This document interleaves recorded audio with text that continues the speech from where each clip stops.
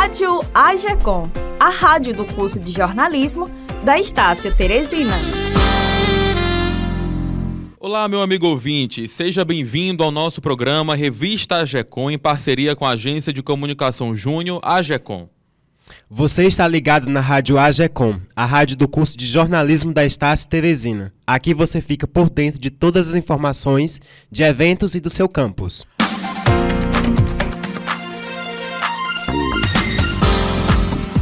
Revista AGECOM, o seu espaço diário de informação.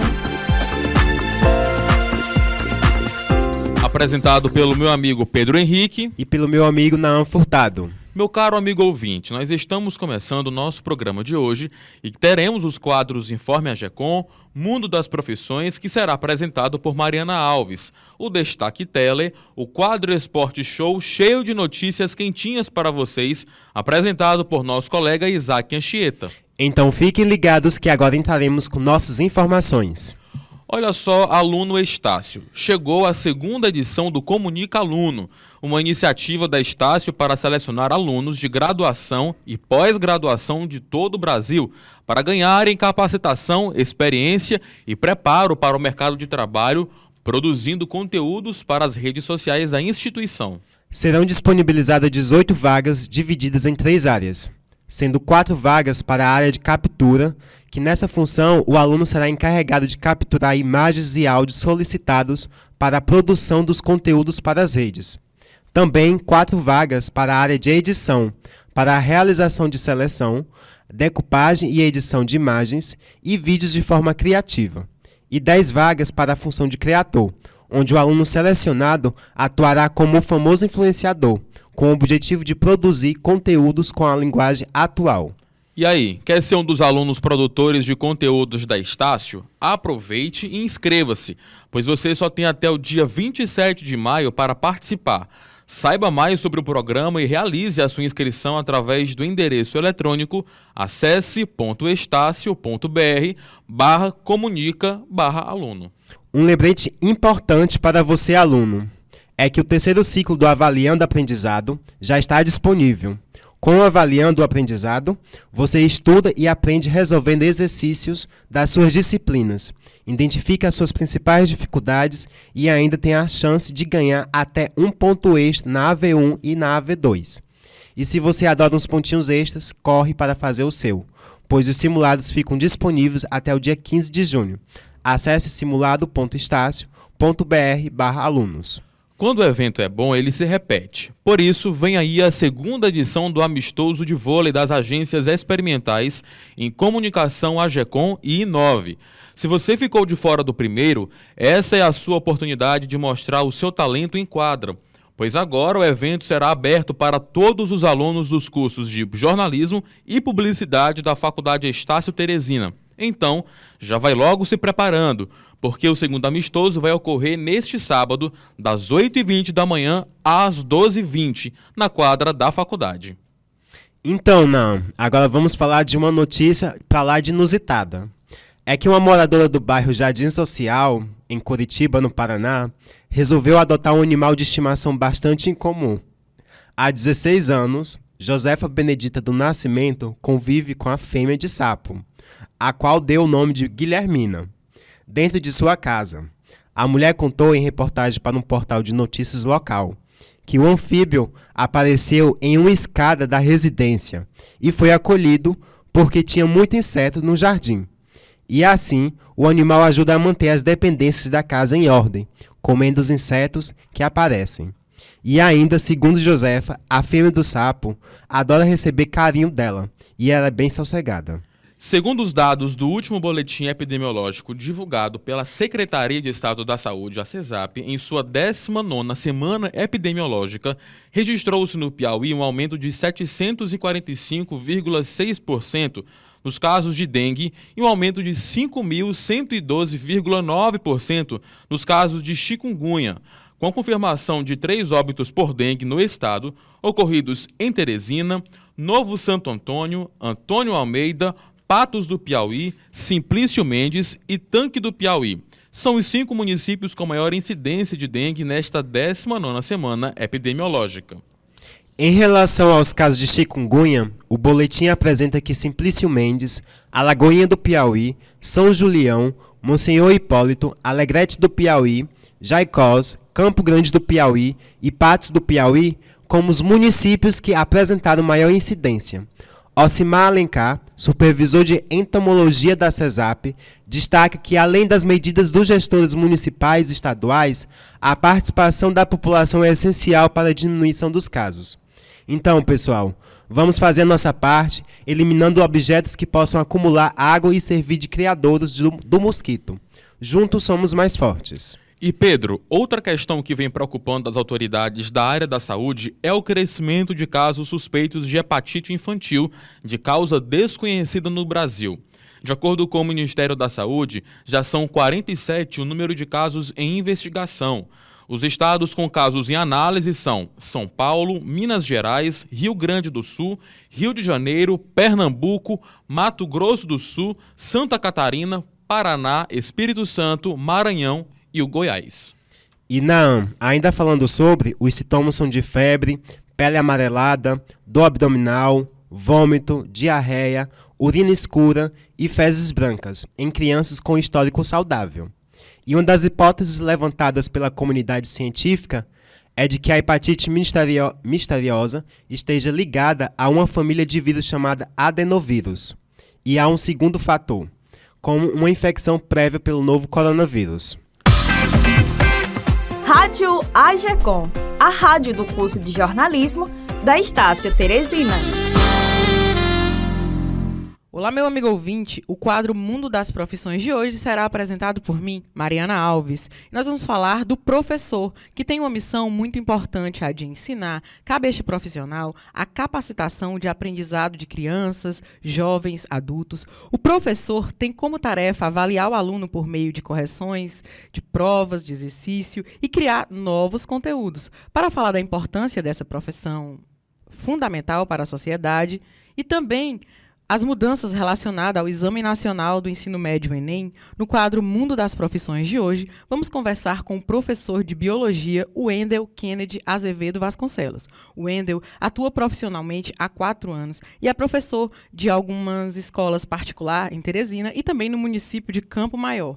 Possui formação pelo IFP, Instituto Federal do Piauí, e ele é graduado em licenciatura em Ciências Biológicas. Professor Wendel, muito obrigado pela participação em nosso quadro Mundo das Profissões. Seja muito bem-vindo à nossa rádio. Obrigado, eu que agradeço pelo convite, certo? Ter a oportunidade de falar um pouco para vocês sobre, um pouco sobre a minha profissão. E eu queria agradecer, em particular, a Mariana e a GECOM. Muito obrigado, Wendel. Seja bem-vindo e volte sempre que quiser, porque assunto aqui não falta na rádio. Wendel, quando você iniciou sua profissão como docente do ensino fundamental e médio, quem foi as suas referências profissionais na área de atuação, na sua área de atuação? Bora lá, tem uma listazinha interessante, para falar sobre. No meu ensino médio, eu tive a oportunidade de entrar em contato com um professor muito eficiente no que ele fazia, que era o professor Mauro, de Física. Ele, no caso, ele me motivou nesse sentido de participar desse movimento de educação, porque ele tinha uma paixão muito grande pelo ato de ensinar. E isso acabou me contaminando, de certa maneira, a também gostar dessa área. Então, foi um dos primeiros momentos que eu percebi. Não, a profissão de professor é uma coisa assim que me deixou maravilhado. Mas a prática em si da profissão, eu só tive o contato mesmo com outras referências. No caso, durante o curso, durante a graduação de Biologia, eu tive contato com alguns professores que me encantaram mais ainda nesse processo, que foram os professores Marcelo Ventura, professor de Biologia do Instituto Federal do Piauí, e também o professor Ivanaldo e o professor Williams. Foram os 3 professores do IFP, que foram meus professores do curso, que me colocaram à frente, a par de uma situação que eu ficava maravilhado quando eles terminavam as aulas. Eu ia lá conversar com ele, tentar puxar um pouco da experiência que eles tinham. Até porque a arte de ensinar, dependente do assunto que for, eu acredito que nasce com um dom. Acho que a gente até já falou sobre isso fora daqui dos bastidores, E eu acredito que tem que ter um dom, você tem que gostar, A profissão toda profissão, você tem que ter um amor por ela, mas também a de professor, eu acredito que a pessoa já nasce com esse dom de ensinar.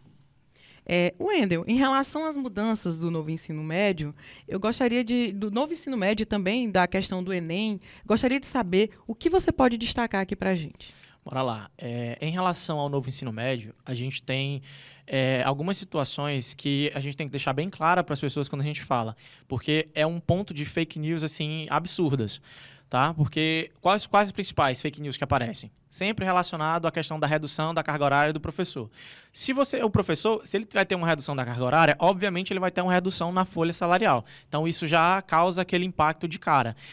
Esse é o primeiro ponto. Isso é uma fake news que está sendo deliberada a todos os cantos, mas na realidade a carga horária ela não vai ser mexida nesse sentido de redução. Ela vai ser ampliada. Ela tem o aval de ter um espectro amplo, aumento em relação ao que a gente vai poder fazer com os nossos alunos. Por exemplo, a gente tem, de acordo com a BNCC, a gente tem 2.400 horas obrigatórias que os alunos têm que cumprir durante o ensino médio. Só que a gente é o mínimo. Isso é o tempo mínimo que o aluno tem, né, disponível para ele cursar no primeiro, segundo e terceiro ano do ensino médio. Só que, o que vai acontecer nesse novo ensino médio? Foi permitido, né, assim, que a quantidade de tempo mínimo seriam 3.000 horas. Só que essas 3.000 horas, elas já acontecem aqui no ensino de Teresina, né? Falo pelas escolas particulares, tanto quanto a mais, na realidade. Ou seja, o sistema de ensino da maioria das escolas particulares aqui em Teresina já passa desse limite de 3.000 horas, ou seja, já está bem mais à frente. Então, no sentido de reduzir, não vai reduzir, tá? Então, já ficamos menos preocupados em relação a isso. Professor, então vai aumentar? Nesse sentido, é a pergunta que o aluno pode fazer, né? Porque é a pergunta que ele faz, pô, agora eu vou assistir mais aula. Meu Deus. Meu Deus. Não, você não vai assistir mais aula. Você vai ter uma divisão em uma carga horária obrigatória com as disciplinas tradicionais e você vai entrar em contato com os itinerários. Esses itinerários, eles são no sentido de acabar com aquela história do decoreba, literalmente. É um ensino mais significativo. Como assim, professor? Bora lá, vou dar um exemplo. Você vai explicar para um menino, para um aluno, uma aula de genética, falando da minha área, né? Uma aula de genética, que ele... professor, onde é que eu vou usar isso aí? Onde é que eu vou usar? É a pergunta que o aluno faz. Ele vai aprender uma fórmula. Pra que eu vou aprender isso aqui se eu nem vou usar? Justamente. Ele chega a um momento, ele tá ali assistindo aula, ele cansa mentalmente, ele diz, para que eu vou aprender isso aí se eu não vou usar?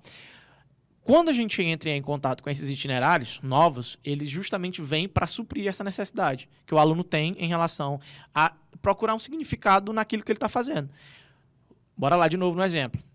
Eu tenho uma disciplina de genética que eu vou falar sobre um genes, tal, a modificação genética de um organismo, parará. O aluno, meu Deus, professor, por que eu vou saber disso aí?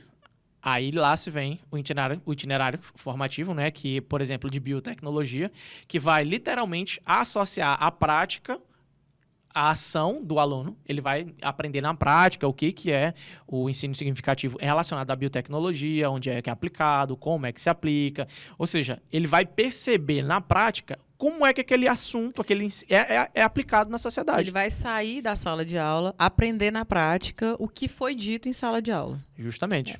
Interessante. Professor, e quais as orientações você pode falar para os alunos que estão se preparando para o Enem? Em relação ao Enem, eu já trabalho há algum tempo, né, desde durante a graduação, já sempre tive esse foco relacionado a entender o Enem, de certa maneira. Então, a gente tem esse nível de cobrança do Enem bem alinhado ao modelo de ensino que a gente tem.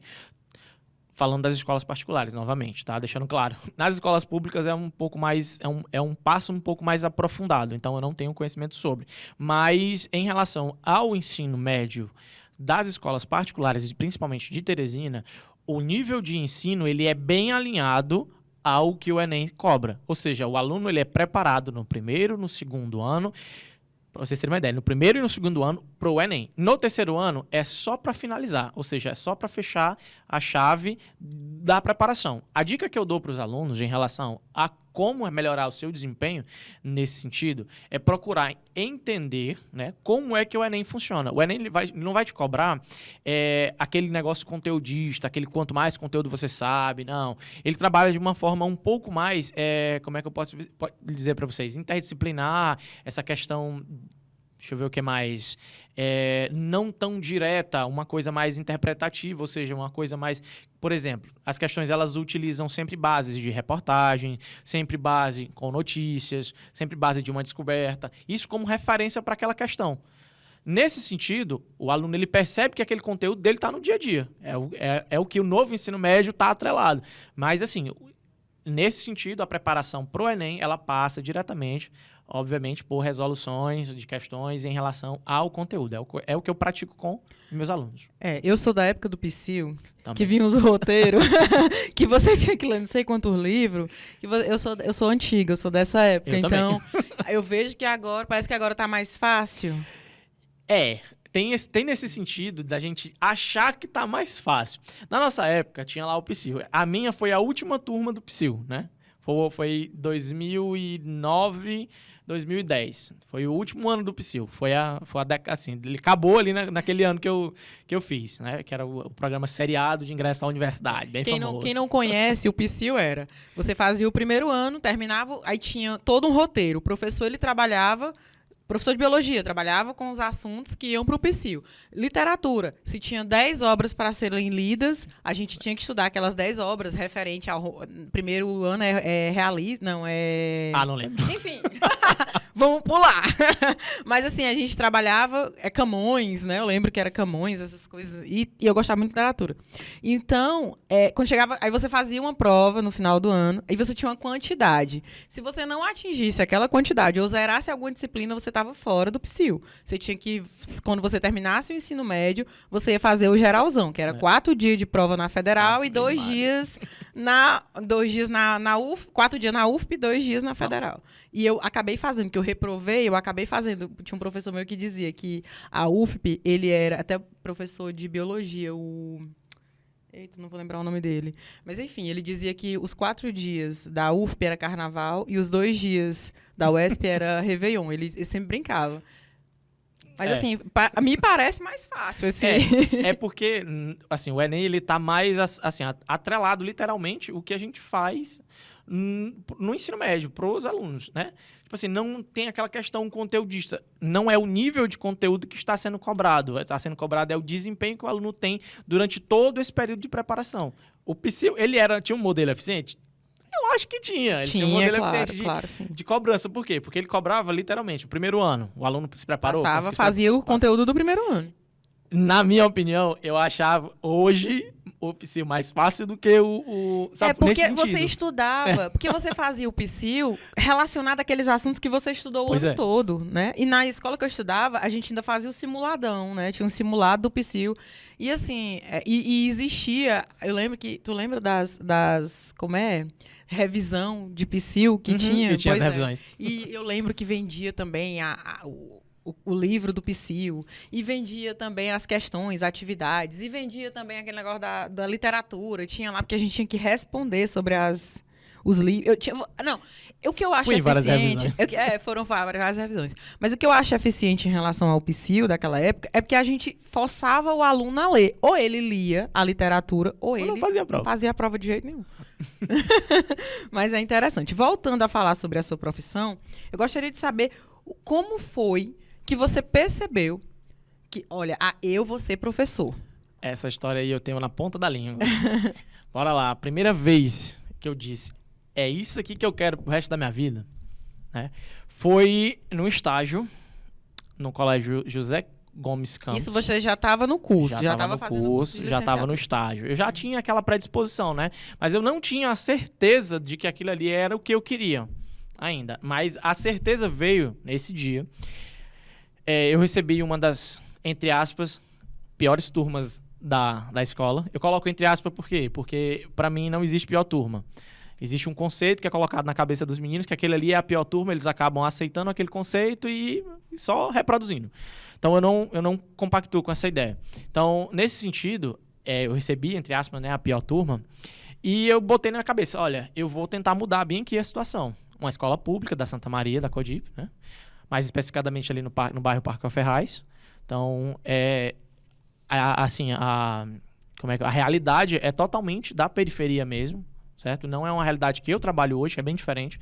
Mas eu cheguei lá e eu vi que aqueles meninos, eles precisavam, eles olhavam para mim e pediam, pelo amor de Deus, mostra alguma coisa diferente, porque a gente já tá cansado de ver a mesma coisa. Eu lia isso nos olhos dele.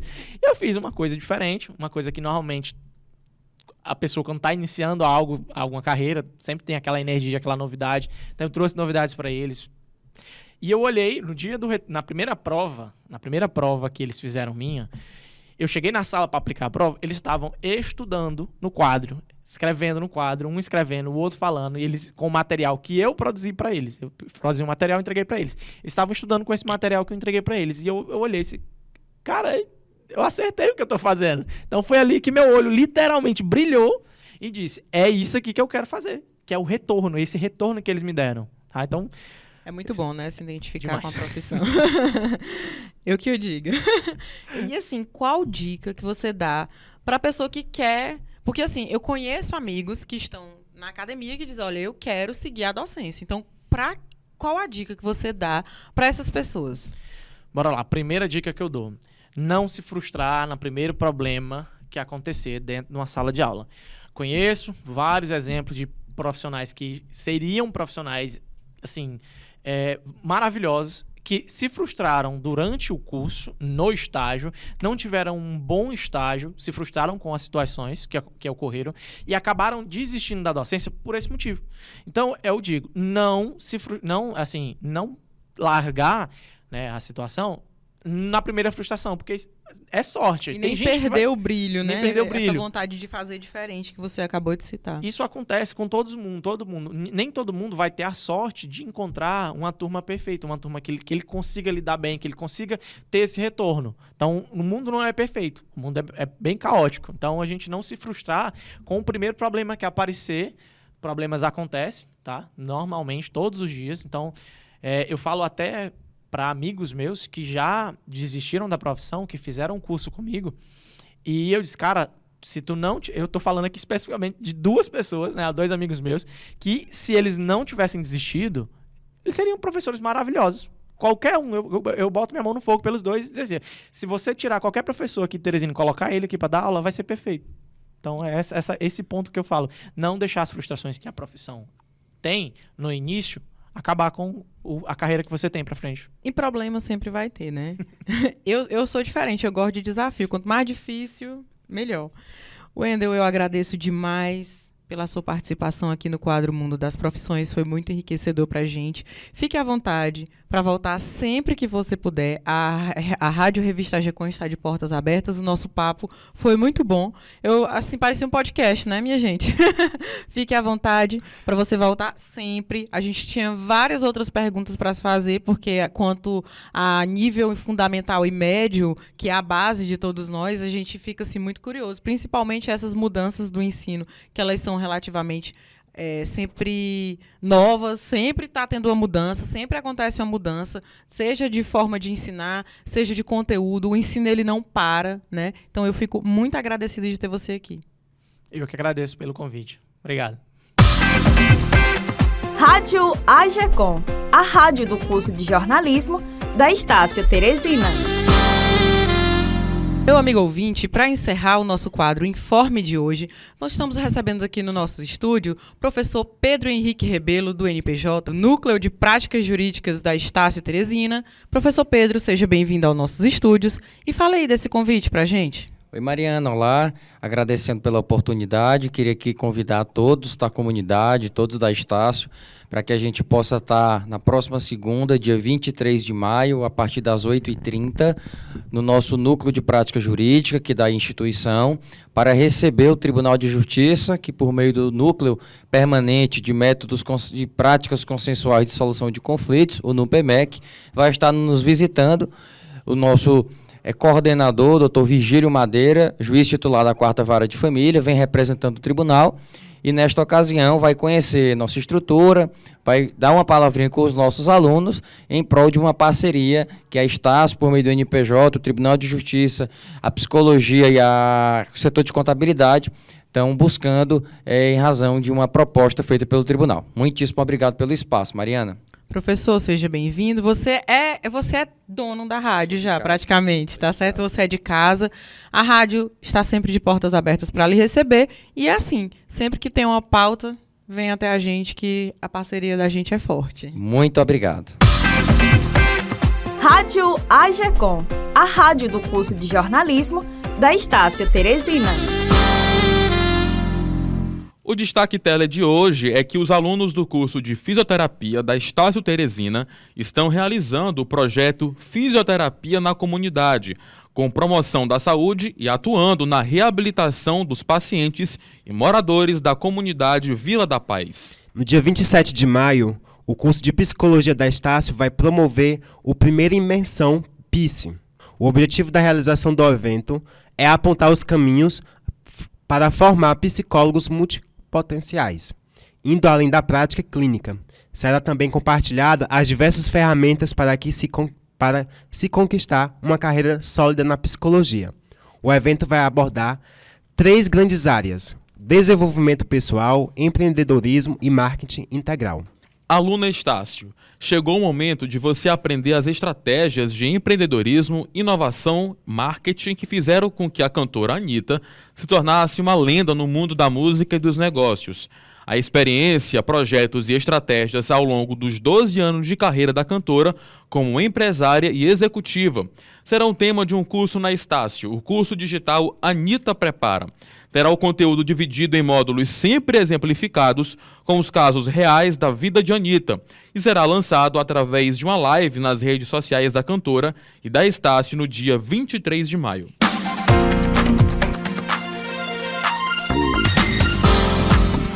Revista AGECOM, o seu espaço diário de informação. Quer saber as novidades do mundo do esporte, meu caro ouvinte? Eu sou Isaac Anchieta e te conto agora o que vem acontecendo. Fica bem ligado que o Sport Show está só começando. Representantes do Brasil na Copa. Os árbitros Rafael Claus e Wilton Pereira Sampaio apitarão jogos da Copa do Mundo neste ano, no Catar. E tem novidade também. Neuza Inês Becker é a primeira árbitra assistente brasileira a participar de uma Copa. Alô Comembol, novamente caso de racismo. Vídeos circulam na internet e mostram torcedores do Boca Juniors imitando um macaco em direção da torcida do Corinthians, lá na La Bombonera. Vale lembrar que o mesmo fato aconteceu semanas atrás aqui no Brasil. Processo quase finalizado. CPI da Chapecoense aponta 5 empresas responsáveis por indenizar as famílias das vítimas da tragédia em 2016. O acidente matou 71 pessoas e é considerado a maior tragédia do futebol brasileiro. Na Libertadores, Palmeiras avança às oitavas de final, assim como o Flamengo. Corinthians é o líder do seu grupo, Atlético Paranaense e Fortaleza ainda seguem em busca da vaga. Quem não tem mais chances é o América Mineiro em sua primeira participação no torneio. Estamos encerrando mais uma edição do programa Revista AGECOM. Essa edição teve produção de Naan Furtado, Isaac Anchieta, Pedro Henrique, Leonardo Lima e Carlos Santos. E os trabalhos técnicos e direção de Bernardo Silva, com a supervisão geral de Tiago Melo e com a coordenação geral de Mariana Alves. Obrigado a todos e uma ótima semana. E até a próxima. Rádio AGECOM, a rádio do curso de jornalismo da Estácio Teresina.